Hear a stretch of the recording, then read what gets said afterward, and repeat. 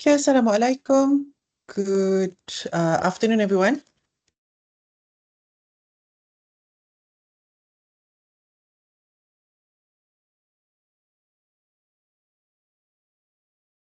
Afternoon, Doctor. Okay, thank you. All right. So my watch is now, my clock is now is 3:06. So I think we can start. Welcome back to TT3013, Computer Ethics and Social. We are here again to discuss another topics related to computer ethics, which is Netiquette, or Internet, or the long version of Netiquette is Internet Etiquette. Now this topic is a short topic. Why it's a short topic? It's more of to share with you in terms of awareness, and also to just give you a sense of something that we are all very familiar of. We are all very expert as the user. We are also very mature and experienced user of the internet. And so for today's topic, we're going to touch a little bit on how a good conduct of using the internet as a user of internet. And most of these practices are something that we all have practiced, but it's a nice topic to discuss just for us to use to reflect on how we conduct ourselves as a user, and if somehow along the way we may have steered away from the good conduct. So this is a good reminder on how we as a user internet make sure that we use the internet in a good and proper and ethical way. Okay, so that would be what we are going to discuss today. It's going to be a short topic, which means that probably our session today will not be throughout the whole duration of the session. Okay, before we start, just a little bit of housekeeping as usual. Some of you have texted me, messaged me asking about the quiz. Don't worry. I've decided that the quiz should be next week because when I look at the questions will cover the topics that I've covered, which include this week's topic and some from next week's topic. So what we will do for the quiz is that for next week, we will start off with the lecture. And then once we complete the lecture, and then I will give probably some time for you to just relax a bit. And then I will turn on the access to the quiz. It is a short quiz. The duration will not take long. I think it has about, if I'm not mistaken, 15 or 20 questions. I will have to check again. But that would take up a maximum of half an hour of your time for that quiz. It is only for 10%. The intention of the quiz is as an assessment, and also for you to get a feel of how your final exam will be, because our final exam will also be in the multiple choice questions, the ABCD, okay, objective form of questions. So this is just to kind of like a warm-up for you to answer in an MCQ question, to give you some familiarization, and also to assess your knowledge of what you have learned in the topics that I've covered for you. Okay, so the quiz is for all students, not just my set. Okay, so be very clear about the assessment, not just the individual assignment, but the assignment part of this course. You have 3 assignments. You have one assignment that is covered by me, you have one assignment by Dr. Masniza, and you have another assignment by Dr. Yazrina. The mode of the assignments will be different. I choose to give you in the mode of assignment in the form of quiz, which is individual form.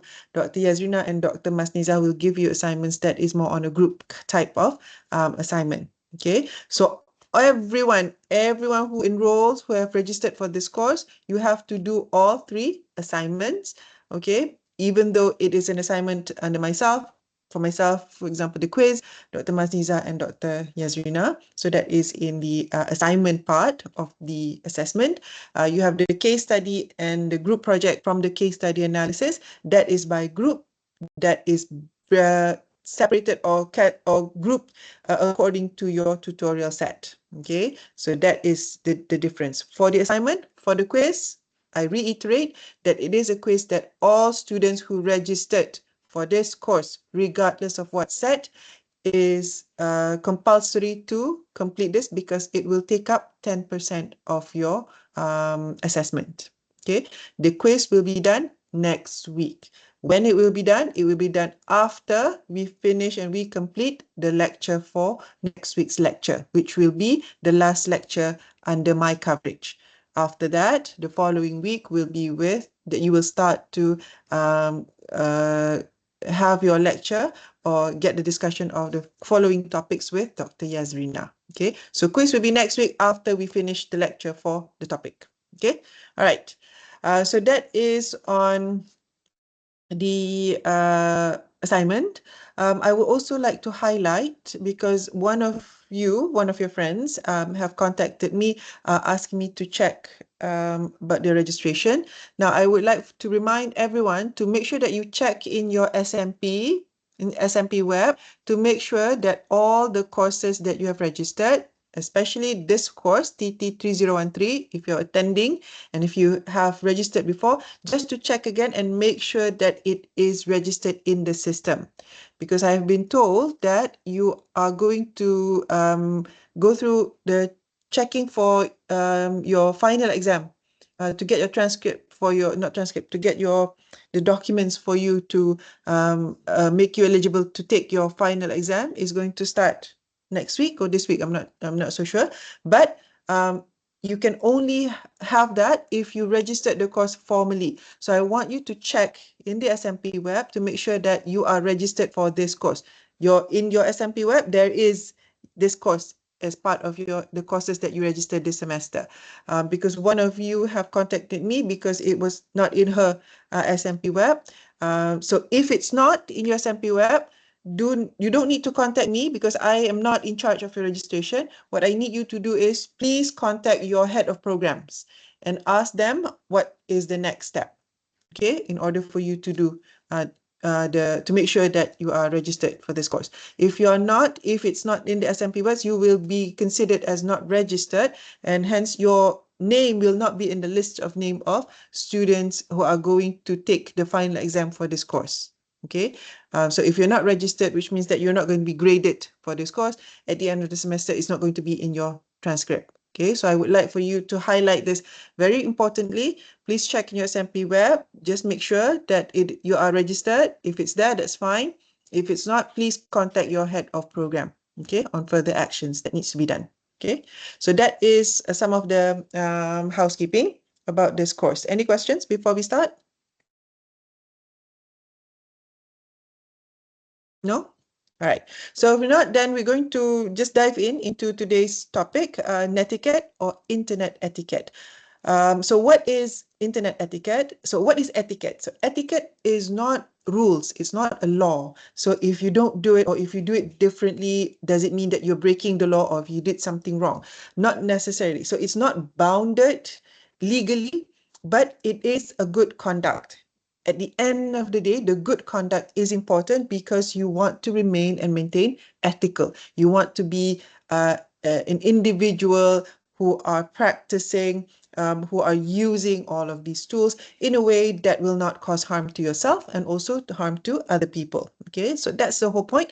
And one of the ways on how you wanted to maintain that is make sure that your conduct in using any of the tools is a good conduct. So good conduct is what etiquette means. And what we're going to focus today is good conduct in using the internet. Okay, so all of us, and even right now, live, we are users of internet, where we are conducting our interaction and our engagement in this course using the internet, okay? Made possible by being able to made possible by the internet, making use of the tools, in this case, our MS Teams tools in order for us to engage right now, okay, in our process, all right? So what would be the good etiquette? So this topic is going just to highlight some of the good conduct advice that is also acceptable universally in the practice, and so we were going to discuss certain concepts related to that. Okay, so just as a quick overview, just as an introduction, as always, what is internet in terms of history? So if all of you right now, myself included, we are all mature internet users. And we are users during the time where internet is already the norm. Okay, we were not there. We did not experience how internet was earlier on, historically, how it started. Okay, so this is just to give you just a bit of a glimpse of a history. So internet, where it started, what it is actually a worldwide system of computer networks. It is a network of network in which users at any one computer can, as we are now, if they have permission to get information from any other computer. Okay, so that is in a very, very broad kind of understanding of what internet is. Historically, originally, it was conceived by the US government under the Program of Advanced Research Projects Agency, or ARPA. And the first initial motivation or reason for having this internet, the aim was to create a network that would allow users of a research computer at one university to be able to talk to a research computer at another university. So it was the purpose of an internet was actually to share resources, okay, between different computers for education or academic purposes. Okay, originally it was used to enable the communication of sharing the resources from one computer to another computer between universities. Okay, so that was the kind of a history, a very, very long history, start of internet. So during that time, the early stage, the internet was not as easy as how we are using it now. So it's a very complex tools. It was a very complex process, very technical. At that time, it was very limited to specific set of users. So at that time, it was very limited to for military purposes, so army, for corporate and academic institutions. Okay, so it's very exclusive.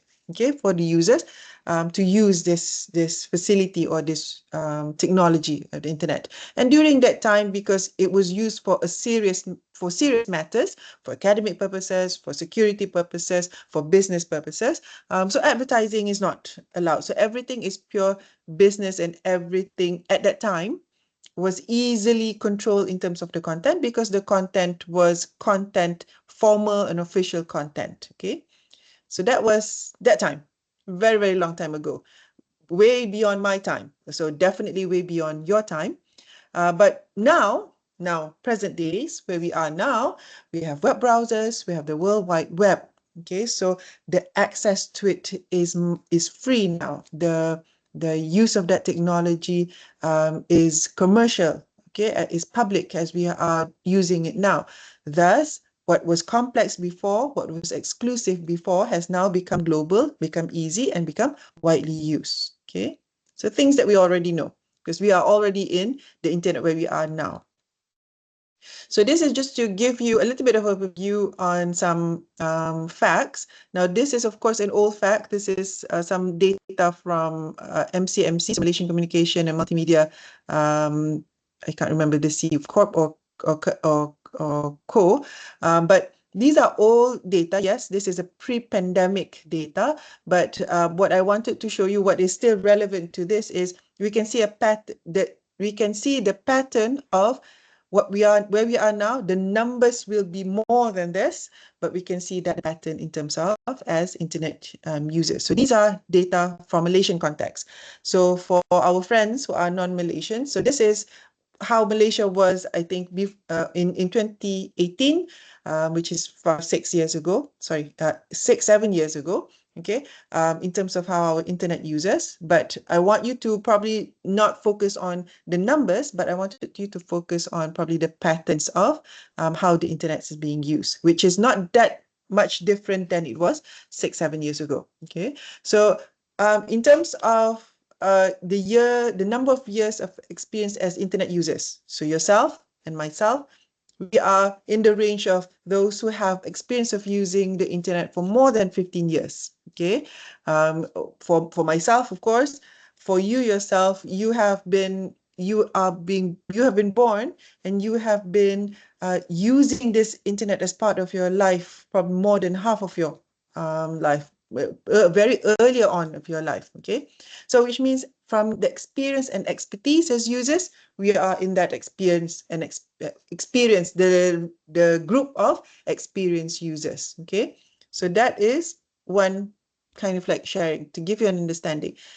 That is before the pandemic, and we can see that we can assume that it is still the same context now.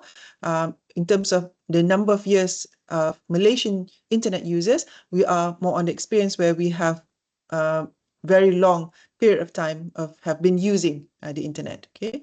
Next is some data on how in Malaysia, in terms of these users and how they've used the internet in terms of the daily use. So of course, this is an older data where we can see the split of, there are internet users who uses it less than 1 hour and a maximum in this data of more than 18 hours. Now, bear in mind, this was before the pandemic. When pandemic hits, that was when the use of the internet has increased very, very significantly. Okay. Why? Because during the pandemic, our reliance to the internet to do everything, almost everything possible, especially during the lockdown, where we are confined in a space where we do not have the luxury of moving around physically. And so a lot of processes have been done online. And when that happens, which means that the usage and the number of hours we have spent as internet users have also increases. Okay. And we can see that pattern, although we have passed the pandemic and we are now in the post-pandemic, and we now are living a normal way how we do or how we live as before the pandemic. But the pandemic has also increases our reliance that although now we can live the way how it was before pandemic, but our use and our dependence to internet have definitely increased than how it was pre-pandemic, okay, before the pandemic. Before the pandemic, we've already been a very high user of internet. Pandemic, we now become even more bigger. Almost 100% of our time has been every aspect of our life involves the internet. And now we are in the post-pandemic where we now have a more balanced way of life of going back into the normalcy, but our dependence of using the internet has become higher than it was before the pandemic. Okay. In terms of the devices to use the internet, even though this is the data for 2016 and 2018, but in terms of devices up until now, we are still, I think, top of the list. All of us are very much dependent, and the largest percentage of a device being used to access internet is, of course, still our smartphone. But I think there's some more increasing in terms of a lot of wearability devices. Okay, is probably shifting in some of these lists, but I think smartphone still is on top of the list. Okay, so that's on the device. On what are the activities that as internet users, as all of us as users, are more dominant or more actively using the internet for. So of course, we have the social networking, and of course, the purpose of social networking is also for communication. So what we are doing now, even though now in our lecture, this is communicating the knowledge between different individuals, okay, between us, okay. So that is still roughly the same amount, the same pattern in terms of the activities. Of course, the data, the percentage might have changes with the newer data. Okay. Now, this is a little bit of data as an internet user when they try to analyze to look into more demographic kind of perspective. So the data in 2018 shows the difference between male users and female users in terms of gender. Male is slightly higher than the female, but in terms of the gender, it is related to in terms of the population, gender population, the global gender population anyway, or in this case, Malaysian population, gender-wise, okay, in terms of the population. But checking on the recent, probably the male and female, still male is a bit dominant, but I think it's closing in terms of the percentage as a user. Okay, so we're almost balanced half and half in terms of the male and female users.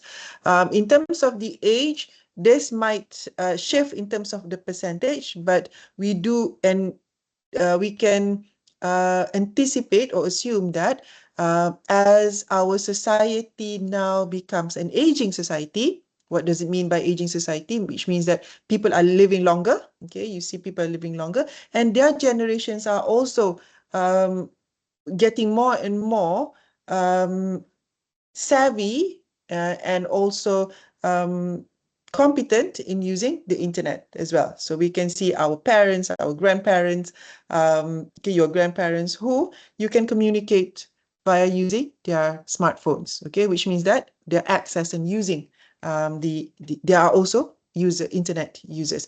So in terms of the percentage or the portion of these users by age is still roughly the same pattern. Of course, those who are older will be smaller in terms of portion compared to those who are younger in your generation. Okay, so pattern-wise is still similar in the sense that the portion of it, but of course the percentage or the numbers will be different. Okay, with the current view. In terms of employment, similarly, we can see the same pattern. The largest chunk of those who are using the internet will be, of course, individuals who are still actively employed. Either you are employed working with a company or organization or being a self-employed. Okay, so any individuals who are still actively employed, okay, would take up the major chunks or the major portion of internet users, okay, because the use of that internet is bigger, which means we are using it for social, we are also using it for professional purposes, okay. And then when they've also done some study to look at internet users when they try to compare or look into the differences between those in urban area and also in the rural area. Okay, so we can see in 2018, the latest that they showed here, of course, urban area will take up the biggest chunk compared to rural. Same pattern, we can assume that the same pattern, of course, urban will have more users because even the population is more in urban area, but we can see a closing in terms of gaps with the rural, especially with the facilities, the network facilities are now have expanded to also include much larger coverage, okay, as before. Okay, so as of now, if we go back to our hometown, if we go back any places that is outskirt from the urban area, we can still have access to the internet. Okay, so that gap in terms of the user of internet is still going to be a difference between urban and rural, but the percentage may not be as wide as before.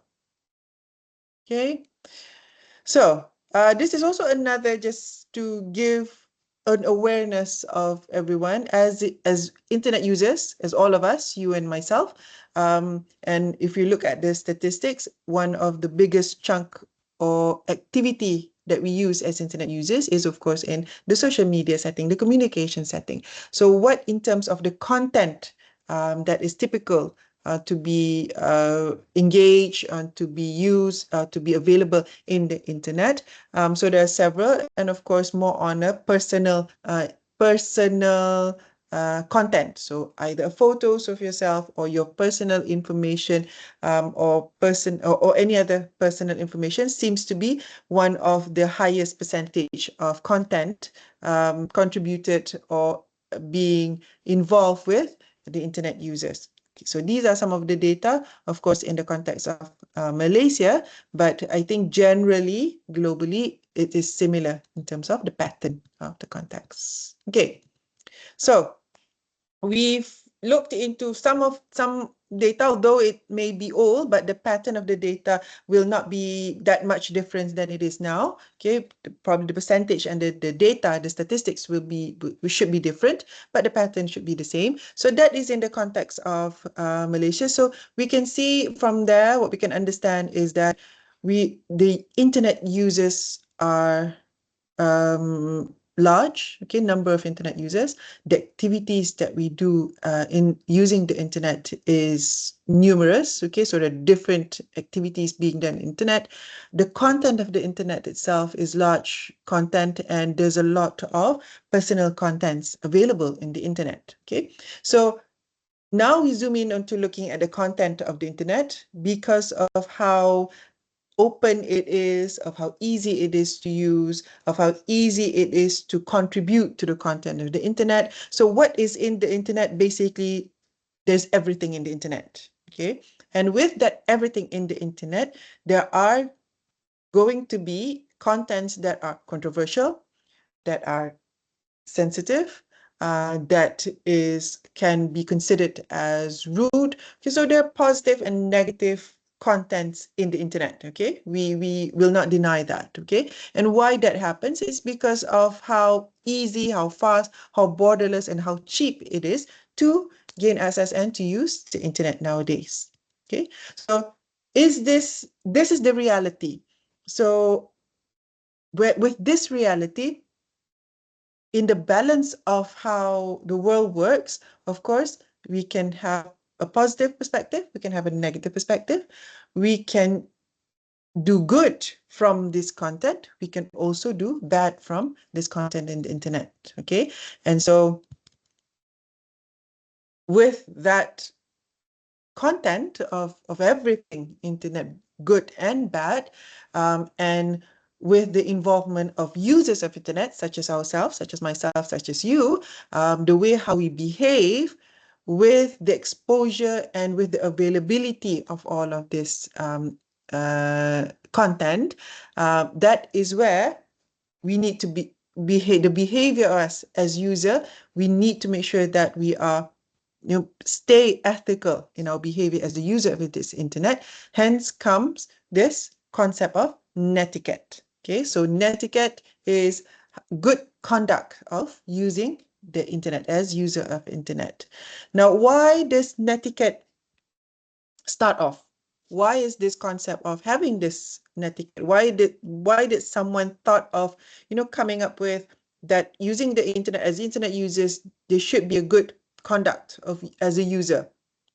The reason for that is because we've seen and we've experienced, some of us, how the misuse of the internet and how users have misconduct the use of the internet. So what are some of the internet misconduct? Okay, so this is more general internet misconduct. So we can see that, individuals who have not put into good practice or good conduct have made attacks or be affected by attacks and threats, okay, such as email bombs and spam. There are people who use the internet to send false advertisement or do fake transaction. We've seen services being interrupted purposely that leads to slow internet and delayed emails. We've seen conduct of practice of providing wrong information in forms, in applications, and in contracts. We can see frequent monitoring. We can see a misconduct where there have been frequent monitoring for the purpose to steal data. We see misconduct of illegal and fraudulent investment being done online, okay, using the internet. We see the rampant use and distribution of pirate software. And we've also seen illegal access to certain content or information that has been done without authorizations. Okay, so all of this, because of how easy and accessible it is to use the internet, which means that how easy it is to access contents and informations. And so the internet misconduct, the chances or the risk of internet misconduct is very high. Okay, and we see even now. Some of us may have experience of being a victim or being involved in such misconduct unintentionally. Okay. So knowing that the misconduct can happen, and we know it has happened, so that put more emphasis and even more strong emphasis to make sure that we practice good conduct, okay, in using the internet. Okay, so that is where Netiquette stems. Okay, so what is Netiquette? So it is an etiquette on the internet. So etiquette is more of proper use that is acceptable within the scope of the social group, okay, or the community, and etiquette is based on ethics, okay? So the very fundamental concept of ethics is it should not cause harm, right? So etiquette is the practice, the practice or how we're going to use or how we behave with a certain factor, and in this case, internet, as user of internet, how do we remain proper practice, okay? How we practice on using this technology with the basis of ethics, okay, being ethical. So Netiquette is a collection of broadly accepted guidelines for appropriate online behavior. It applies to popular internet applications such as email, bulletin boards, chat rooms, file transfer, the World Wide Web, social media, as we have now, okay? So it is a broadly accepted guidelines. So it's not a legal law and regulation, but it is a way of practice that has become a norm and guides us as a user, okay? Now, these norms of the netiquette are rarely universal. So there are some netiquettes or practices that are universally agreed and accepted, but there are also netiquette specific norms that are specific to each social group or cultural aspect, both real and virtual. Okay, so for us here, we are, in terms of our culture, our Eastern culture, our Southeastern culture, of how our norms, of how behave as an individual with our cultural background, that influence also the way how we behave in the netiquette within our cultural norms, okay? And in the Eastern, where we have dominance on how we behave is guided by our beliefs, okay, our religious beliefs and so forth. And so we have probably specialized or specific netiquettes that will need to conform to that cultural and religious beliefs, okay? So that is what netiquette is. So where it origins, so it origins through, relates to how the earlier evolution or earlier start of the internet technology, okay? So through early computer networks, that during that time, as we briefly pointed out, internet was used to enable researchers and academics to exchange research resources and data and documents easily, okay? And as they go through that, they realize that they can use the same technology, the same approach for social interactions, because it was convenient, it was informal, it was quick. And from there, it stems into using this internet where we have to behave because we are engaging and interacting between human to human using the internet, okay? And so that was because we are interacting and engaging between human to human. It's not a machine to machine kind of situation. And so the behavior needs to be guided in some way so that we remain respectful to each other, okay, using the internet. And that is where the origin of netiquette comes into place, right? So that is just to give you an awareness and overview of the term netiquette, and what actually netiquette is how we behave as internet users. Now, because all of us here, yourself, myself, we are all experienced, mature, well, expert users of internet. And some of these netiquettes would already be in practice, okay, as a user. So we will look at several netiquettes. It's not a complete, there's no complete list, but we're just going to highlight some of these netiquettes. And we will see from this, it will already be a good practice that we all have done, okay, from the start of using the internet, okay? But this is just to probably just to remind and just to reassure of what you have been doing, to affirm to yourself that, you know, you have been a good internet users and ethical internet users, okay? Because you have followed these netiquettes. Okay, so we look at several use of the internet and what some of the netiquettes that have put in place, some general netiquettes that have been put in place for the purpose of that use of internet. So one of the first use of internet is, of course, well, we used to call it internet surfing. So that's a very old-fashioned terms, but we then use browsing, internet browsing. We then use the term Google, where you use the brand name. Okay, we start to say, okay, we start Googling things. And now with the rise of generative AI, we start to ChatGPT or DeepSeek or use whatever generative AI tools that we are, Gemini or whatsoever, to essentially do the same thing where we browse, where we are looking for information, okay, where we are contributing or creating the content that will be included in this large pool of information and data that then people are going to surf, browse, Google, or ChatGPT, search, and so forth, okay? Essentially is to engage with that information. So what would be the netiquette to do that? So when we do this searching and do this Googling, first, of course, we wanted to avoid peak hours. And what we mean by peak hours is that there are certain times of the day, during the day, where the activity of the internet is very high.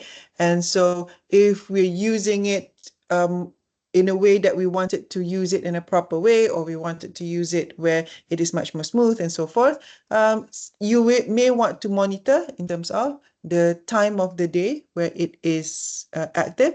And for your own purpose and personal use, where you want a much more calm and smooth experience, then you want to avoid peak hours. Okay, so that is one netiquette.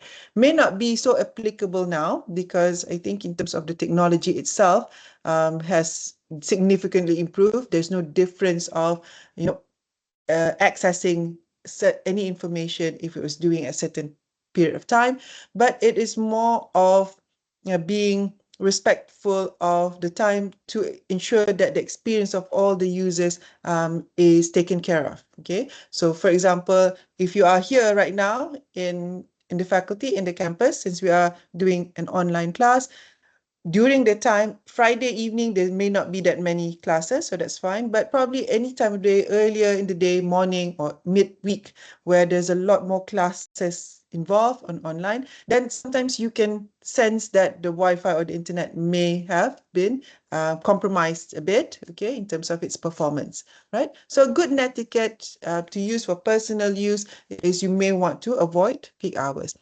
The second netiquette is, of course, and this is a universal netiquette, okay, universally accepted netiquette, where you want to avoid subversive, pornographic, web affect individual, organization, or country reputation in terms of the content, okay? And then the third one is you want to browse relevant information using popular search engine. What does it mean by this is to make sure that you are using or you are accessing information that is more global. Why? Because when all the use in that global sense, in that popular search engine, which means that monitoring of good ethics or good conduct is enabled by the community who are using the search engine. Okay, so you want to be involved in that so that you don't accidentally do any misconduct or not using the internet properly. Okay, and then as on an individual setting, on an individual use, where you want it to be much more good in managing your resources, so make and manage your bookmarks properly. Okay, other netiquettes related to internet browsing, internet use for purpose of getting information, of engaging with information in the internet, is the need to have self-control on censorship.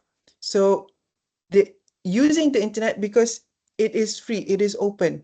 Okay, you can do whatever you want, however you want in using the internet. Okay, and so with that, what is the boundary? self-boundary, which means that the individuals, you are given the trust, all of us as users are given the trust to filter the internet content. Okay, so it is more, we all have moral responsibility to do our part to filter the contents on the internet. So if there are contents that are not appropriate, that is illegal, we have the moral responsibility to report, to also to help make sure that that is excluded from the internet. We have the responsible to make sure that it is not spread even further. Okay, so that is also part of the netiquette of using the internet.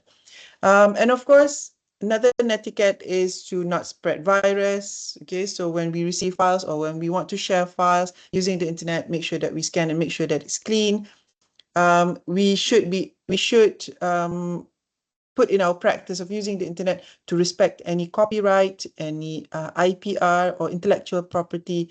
What is the R stands for? Intellectual property, I think, report or something, issue credit to the owner. Okay, so if you are sharing information that is not yours, make sure that you credit the owner of that information or that content, okay, that is being disseminated or used in the internet. You want to personally, as a internet user, you want to avoid any negative social groups. Okay, so that's a good netiquette. Okay, with all the access to social media, where you then can group with similar interests and so forth, or similar contacts. As an individual practicing good netiquette, you want to avoid any social groups that are negative. You also want to be very careful on sensitive issues, okay? As someone who uses the internet, if you're contributing, or even as someone who is consuming information from the internet, you want to be careful about the sensitive issues. Okay, so that is some basic netiquette as an internet user, particularly in using the internet to gain or contribute on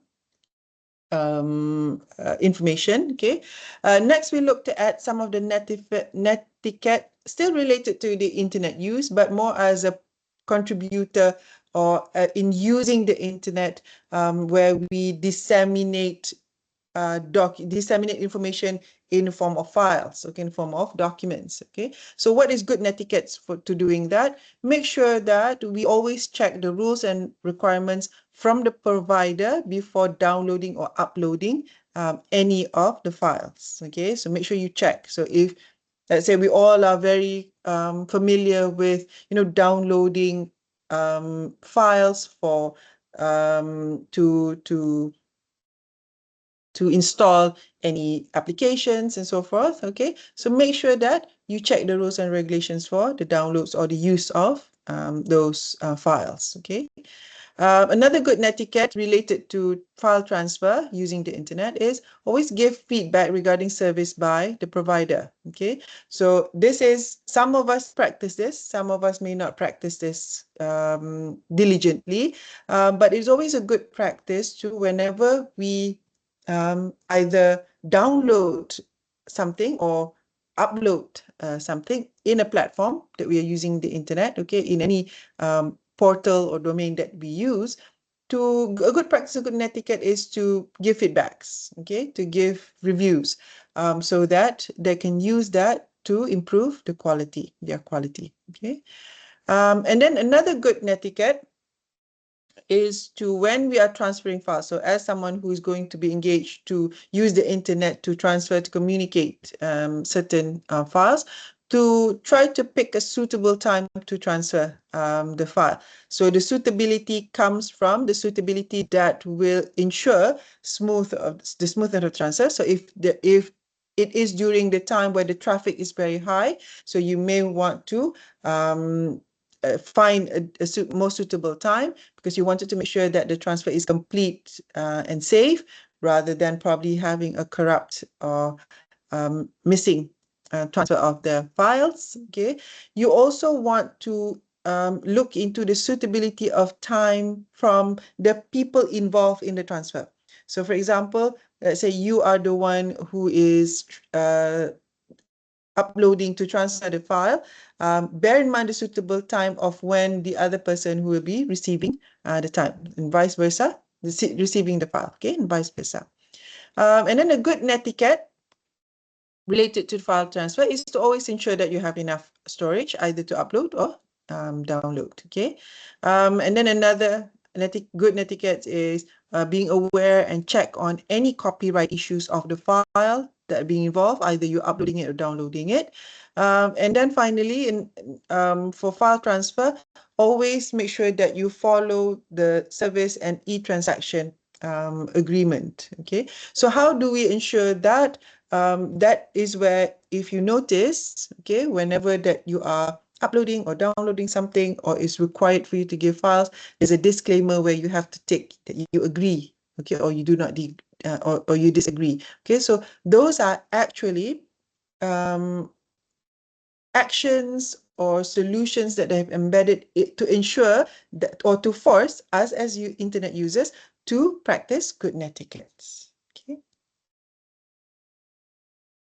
All right, and then a little bit more on some good netiquettes for the use of file transfer using the internet is that when we download large files, try to download it outside of peak hours. When we transfer the file, to read and understand the terms and condition provided by service provider, okay, in relation to file transferring. Okay, so this is something that I think most of us don't do our due diligence to read the terms and condition. However, in Netiquette, it is advised to always read and understand the terms and condition, okay, the TNC. And then another netiquette is to try to limit access time or transfer time to make way for other users who want to get information from the same provider. Okay, so this is again to play around with the traffic of accessing a certain source using the internet. Okay. And then more on file transfer, netiquette for file transfer. We try to not provide illegal or controversial materials.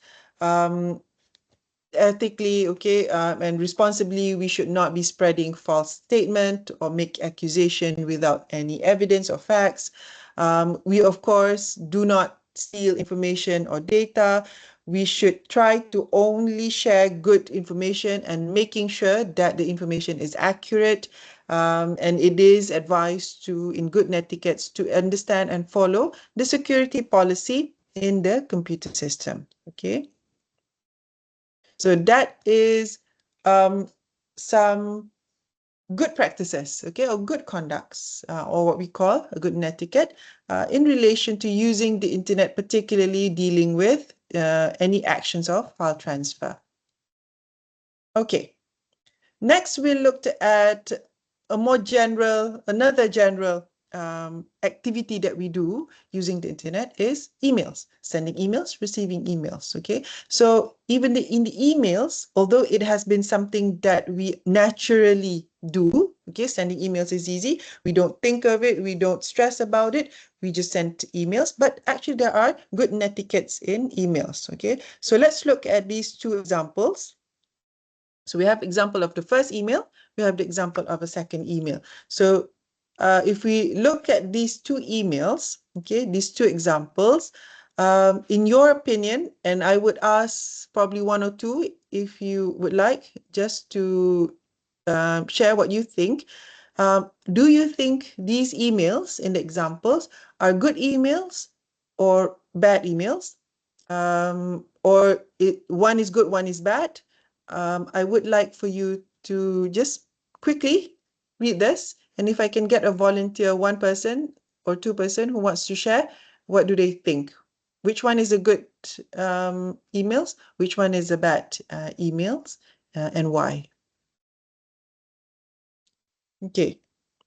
So I'll give you about... First one is the bad one. First one is the bad one. Why is it bad? They're using inappropriate language, using unnecessary, like Yeah, like using all Words and caps. stuff. Not like- Okay. All right. So the first one is bad. Okay. What about the second one? Likewise, the best one because it's much more formal since Okay. it's So the president also, I think. okay. So the second one is better than the first one. The first one is guaranteed that it's bad. And the second one is better. But the second one do still have flaws related to the netiquette of the email. So how or why? Okay, so let's look at this. So essentially both are actually bad. Though the first one the second one is not as bad as the first email, but both are considered bad. And here is some of the reasons why. So the first one, as you mentioned before, because it's quite glaring, the language is rude, it's unwise, uh, and the rudeness not just comes from the words that they use in the email.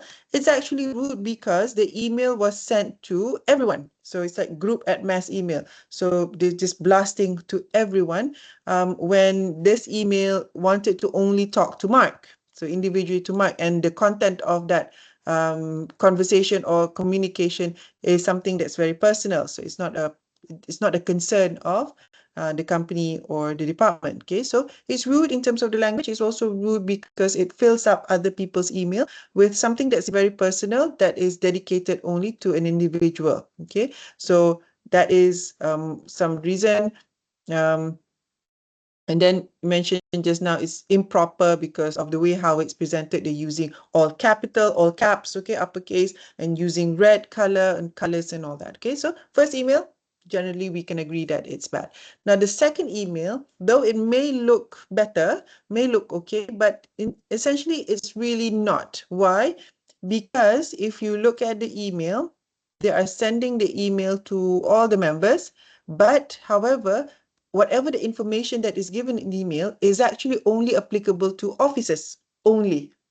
But the email may, in the emailing list, the one who receives the email can be officers, can be non-officers. Okay, so that in itself doesn't actually show a good netiquette in using emails, because the non-officers might overlook the topic, read the email and thought it is applicable to them, and then show up the meeting. Okay, and so emails, the information needs to be clear. We wanted it to be effective. And one of it is, if you want to email, in that case, if there's a certain group of people that they need, that information is important, then you may want to only email to that set of group of people. So in this case, the email is only applicable to officers, then you may want to only email the officers. So make a separate list of that is only for the officers, and do not email the entire list. Okay, so that is an example of an emails that doesn't, or the way how writing the email, sending the email that does not practice quite good netiquette. Okay, then we looked at another set of examples. Okay, so this is another two examples. So we have the first email. Sorry, we have the first email to the group, okay, as a mass group, okay, and then there's an information in the email is trying to inform everyone in the group about something, okay, generally this is applicable to all. And then you have a second email that is sending to a group of people, in this case the TACT, okay, at .org, that gives an information about something, and that information is clear. So these two examples are considered good examples of email. Why? Because one, the first email, the intention of the email, when we look at the content, is information to inform everyone. And so the information is clear and it is sent appropriately to the mass email. Okay, so that is fine. And then the second email, it is a good example of how when they wanted to give information to everyone of a specific instructions. In this case, wanting to tell everyone intact that the deadline is June 24th. They bold the date, okay? They made it very clear. They put in different lines, okay, to make sure that they will not misread or They will not skip on any of the information, okay, in the email. So these two are good emails that shows an example of good netiquettes in sending emails. Okay. And then we look at another set of examples. So if we look, these are another two sets of emails where this email, the intention of this email is to email for a job application. So in terms of the content of the email are identical. But if you look at this, and if you are someone who is receiving this email by any other individuals who wanted to apply for a job, which one would you give the job to? The first one, the first box, or the second box? Which one? Second box right there. Second box. Second one. Second box, okay? So obviously, the second box would be much more presentable in terms of writing it as an email, shows good conduct, mature, and also structured, and also professional use of, or the user or the one who sends this email shows professionalism and shows maturity and good conduct in using the internet, okay? All right, so that is easy, clear. A little bit more on several other netiquettes related to emails. This may be something that you've practiced or probably was not required in your practice so far. But when we send emails, and we can send emails in bulk, meaning that if you're familiar of sending the same email, but you're sending to several people, and if the list of people to receive the email, not in a mailing list, but individual email addresses. So if it's in a bulk, and if the list of people or email addresses is long, a good netiquette is to use the BCC field. So if you notice in your emails, you have the emails of the recipient, and then you have the CC or carbon copy, or the BCC or blank carbon copy. If it's a long bulk, long list, it is advised to use BCC. Why? Because so everyone who receives the email will not receive the long list of other users, other email addresses that receive the same email. Okay, so this using the BCC helps because it helps to protect the privacy of recipients, other recipients. Because then spammers or anyone who wants to tamper with the email will not be able to harvest the email address for any bad purposes. Okay, so use BCC when sending bulk emails. Okay, a long list of email addresses. In the way how you write the text, although text cannot speak, okay, it doesn't have a sound, but culturally, when we see the emails or when we see a writing text that uses all capital letters, the way how we perceive that is as if we are being shouted by it and being threatened by it. So a good netiquette of emails is be aware and be mindful of the use of all capital letters or uppercase or oversized fonts, okay? Very large size of fonts, okay? So it's not that you cannot use uppercase and oversized. You can, but appropriately. Usually you use it to emphasize something, okay? So usually you may want to emphasize, for example, the deadline. So you wanted to make sure that people don't miss out or probably skip that information. So you may want to either put an uppercase and enlarge the font only for that information and not the entire email text. Okay. And then a good netiquette too, when related to emails, is that when we reply, we don't reply to all unless necessary. So always try to, when we reply, to think twice about sending a reply that will be received by everyone in that mailing mailing thread. Okay, so be cautious and be mindful of that. Okay. Good netiquette also to please remember attachments. If you have claim that this email will have attachment, okay, forgetting attachment. This is something that I myself sometimes have not practiced a good netiquette in, forgetting attachment, especially when you write and you put in your email says that attached is the document, and then you forget to check again, and you accidentally forget the attachment. Okay, so if the reason for sending an email is to send a file, remember to include it because it is easy to forget. I can vouch on that. So one strategy is to always attach the file first before writing the email. Okay, since you know the intention of this email is going to send a file. And then another practice in good or netiquettes in email is to correct priorities. Now, this may be something that you use, the features or the functions that you use in emails, or you may not use, but you can actually set a priority in your email. Okay, so one are high priority or the ones that is considered as normal. So good practice, good etiquette is if you are using those features, to avoid marking an email high priority when it is not necessary. Okay. Right. Other good conduct or netiquette in email is whenever we put the subject line or the title of the email to summarize the message, you want to practice of using meaningful subject line. Okay, so it's a clear of giving the receiver an understanding, immediate understanding of what the email is going to be about. Of course, the details will be in the emails. So the subject line should not be too long and have everything, the details in the subject line, but enough to be effective for the receiver to know what they are going to expect to find out in the details. Okay. That is when you create the subject line. When you reply or when you receive an email and you're replying to that email, a good practice is to edit the subject line so that it's more specific to show that this is in response to the email. Okay.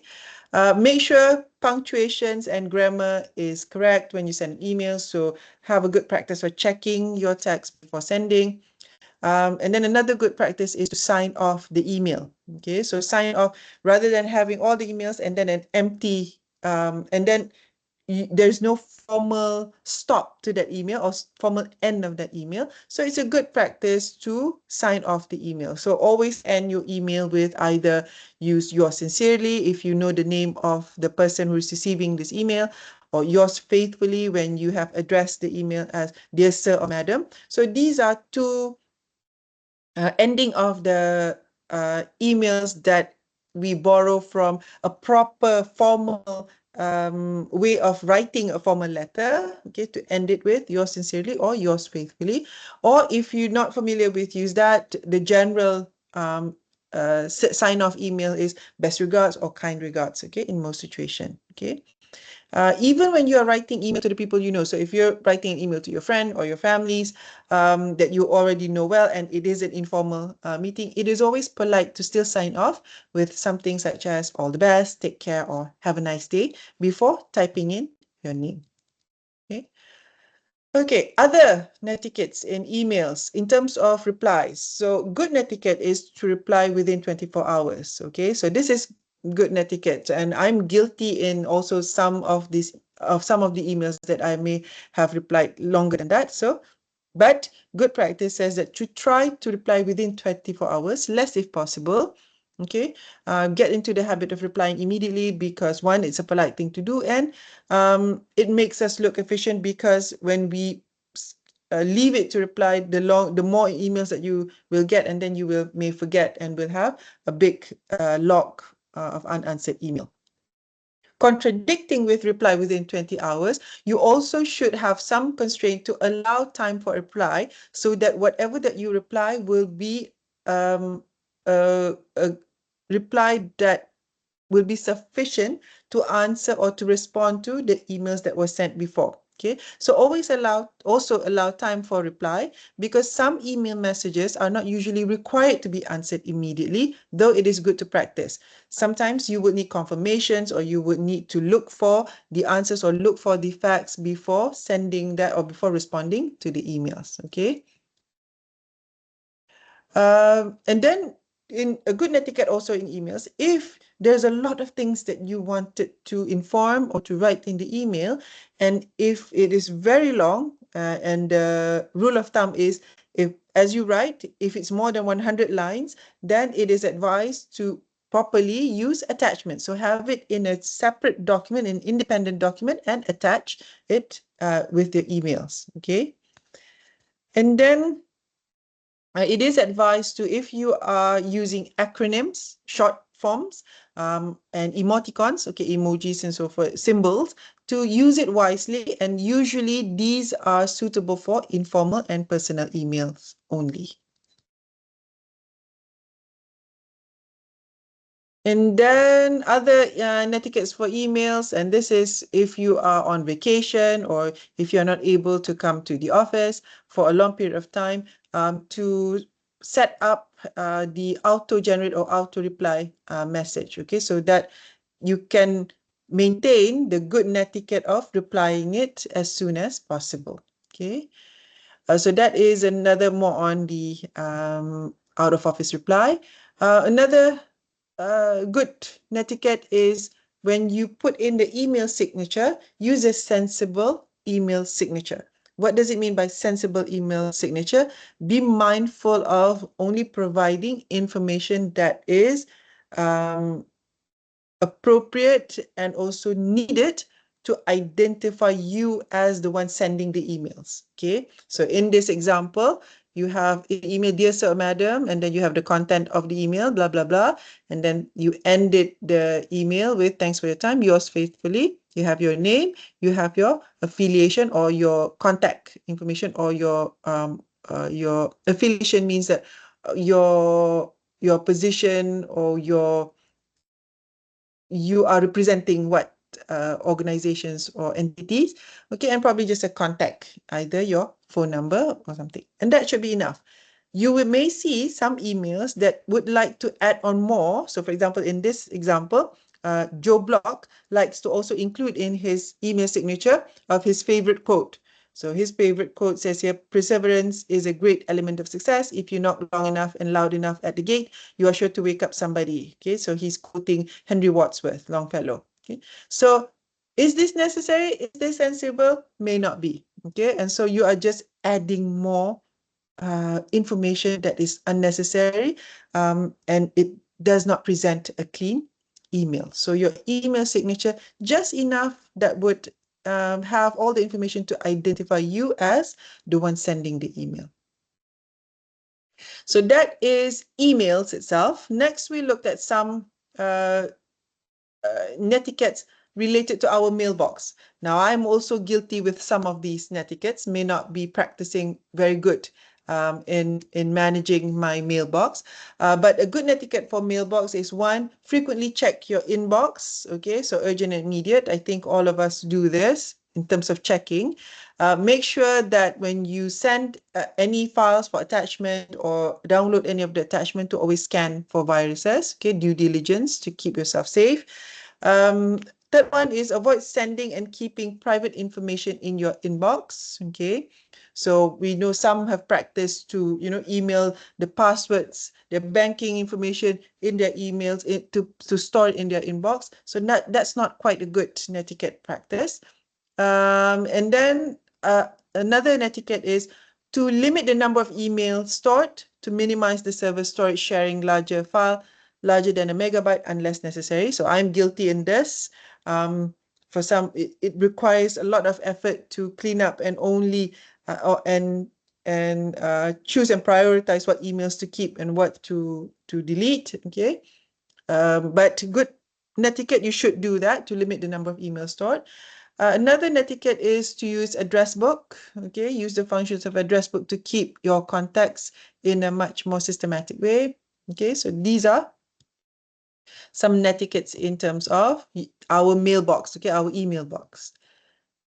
Still on the emails and mailing, we have some good netiquettes advice on how we manage the mailing list. Okay, so a user in a mailing list is responsible to, so if you are in any of the mailing lists, so for example, I am in the mailing list of the faculty staff mailing list. Okay, so if you are a member or user in any of the mailing lists, so make sure that you are responsible to join related and beneficial group only. Okay, to observe the activity first in this mailing list before participating, It is advised to trim any post, okay, if you're sending any emails or you're sending any post to that mailing list, to make sure that you trim the post. If there has been a back and forth reply and response of that post, repeated replies, a message can end up very long. So it is good idea to trim obsolete materials from the bottom of your email before sending.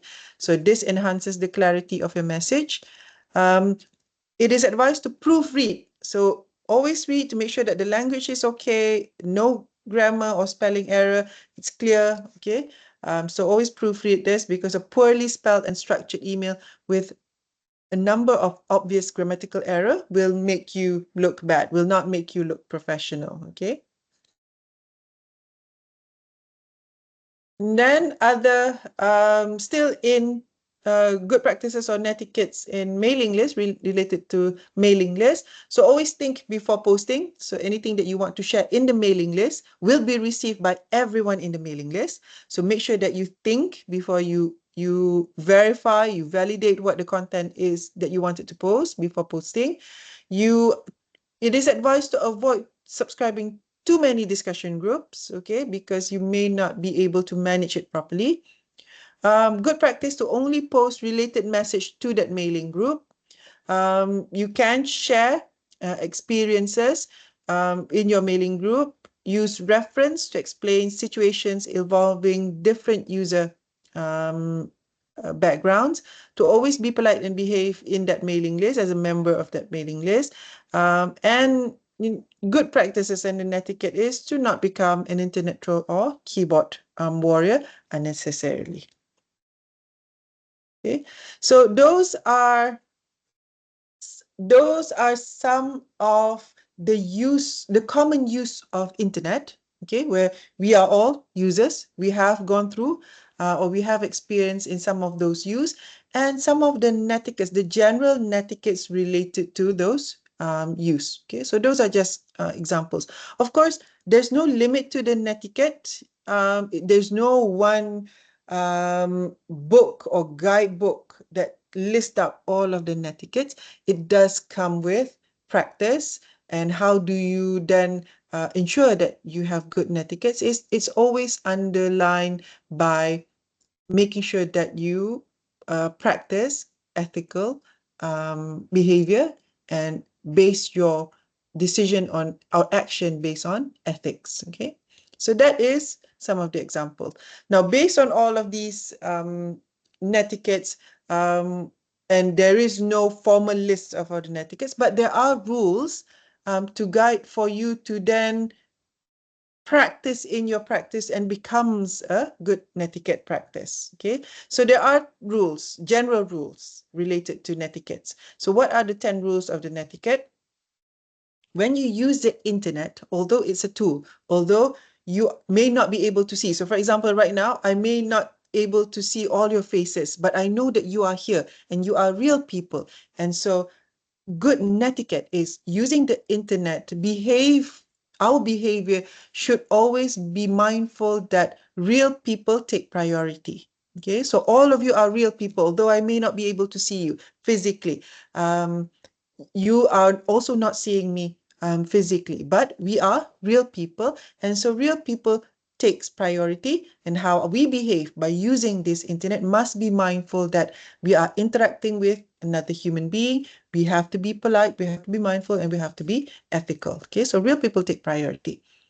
Another rule, so with the notion that, real people take priority. So if when you are using the internet and you know that you are communicating, that you are engaging with another human being that you do not see physically, so always be mindful that whenever that you use the internet to say something, to write something, okay, if you wouldn't say that to someone's face, then it shouldn't be something that you say it online. Okay, so that's another rule of netiquette. The third rule of netiquette, similarly in terms of actions, if you wouldn't show your action in public, then don't show it online. Okay, just rules. The fourth, don't exclude your audience. So if you are using the internet, do not discriminate in in whatever the actions that you do when you are using the internet. Fifth rule is don't friend then unfriend people unnecessarily or without reasons. Okay. 6, don't overload system resource with enormous files. Okay, this is particularly if you're using the internet for where you do the file transfer of downloading, uploading the information, the data or the files. Another rule to always respect people's privacy. Don't repost without checking the facts, okay, because you have the responsibility to make sure that the informations are accurate. If you're going to, as a user, that you're going to disseminate or share this information. Always check and respond to emails promptly or as soon as possible. And finally, to always update online information that people depend on, because again, your responsibility to make sure that the information are accurate, okay, to be shared on the internet. Okay, and that is all. So just to recap, what I have shared with you today is just some good practices, some good conduct, particularly in using internet. Okay, so most of these practices are practices that you already know because you are one of the users of internet. You've been using it long enough to have a sense and have been practicing and knowing that what would be a good practice or good conduct of using internet and what is not. Okay, so we all have that knowledge, we all have that skills.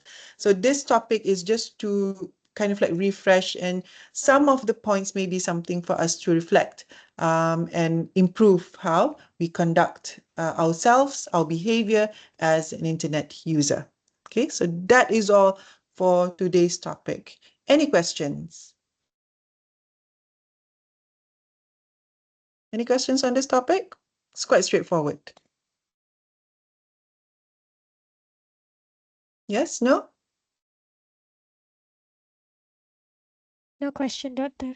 All right, thank you. Okay, anyone else?